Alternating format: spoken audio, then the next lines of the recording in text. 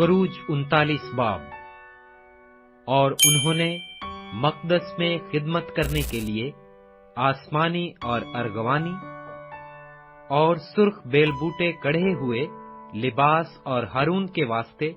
मुकद्दस लिबास, जैसा खुदावंद ने मूसा को हुक्म दिया था, बनाए।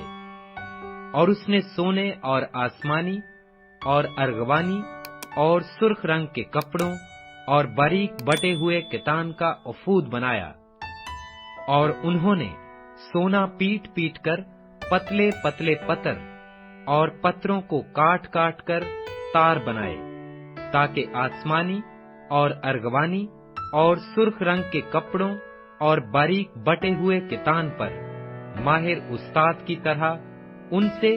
जरदोजी करें। और अफूद को जोड़ने के लिए उन्होंने 2 मुंढे बनाए और उनके दोनों सिरों को मिलाकर बांध दिया। और उसके कसने के लिए कारीगरी से बुना हुआ कमरबंद जो उसके ऊपर था, वो भी उस टुकड़े और बनावट का था, यानी सोने और चांदी और अर्गवानी और सुर्ख रंग के कपड़ों और बारीक बटे हुए कितान का बना हुआ था, जैसा खुदावंद ने मूसा को हुक्म दिया था। और उन्होंने सुलेमानी पत्थर काटकर साफ किए, जो सोने के खानों में जड़े गए, और उन पर अंगुश्तरी के नक्श की तरह बनी इसराइल के नाम कंदा थे। और उसने उनको अफूद के मुंढों पर लगाया, ताकि वो बनी इसराइल की यादगारी के पत्थर हों, जैसा खुदावंद ने मूसा को हुक्म दिया था। और उसने अफूद की बनावट का सीना बंद तैयार किया, जो माहिर उस्ताद के हाथ का काम था,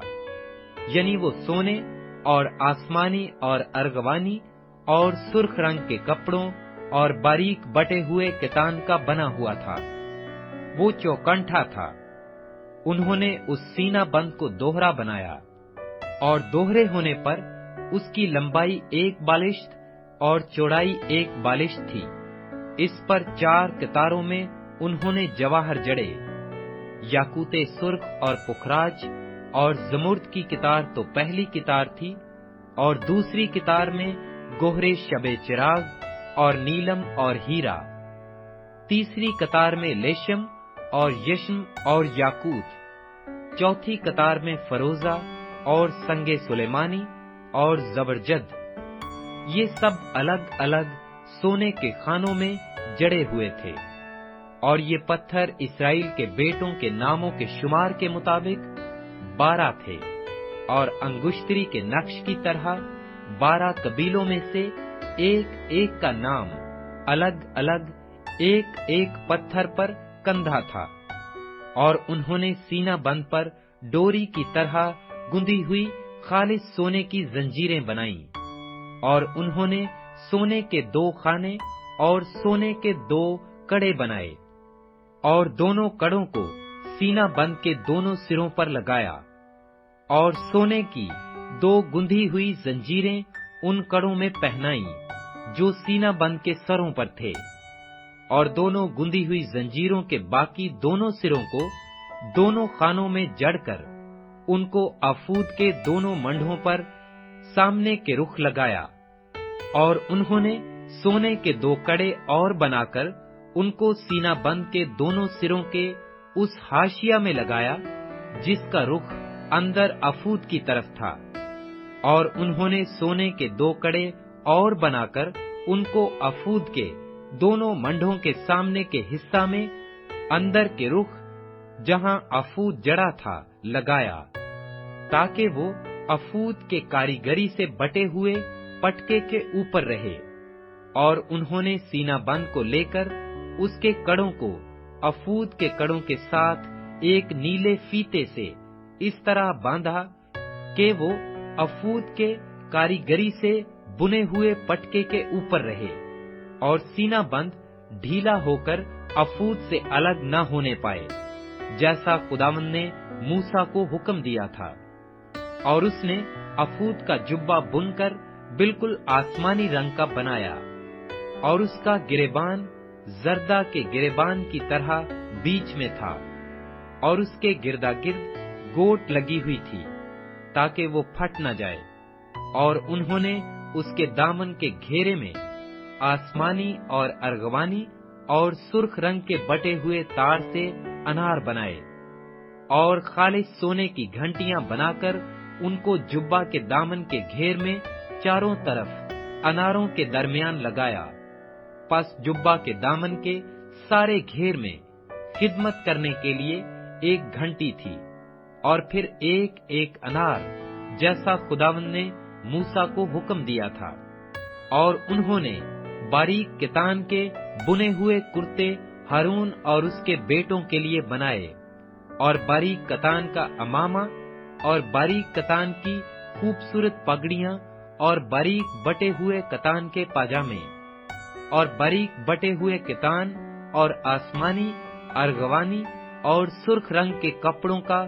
بیل بوٹے دار کمر بند بھی بنایا، جیسا خداوند نے موسیٰ کو حکم دیا تھا۔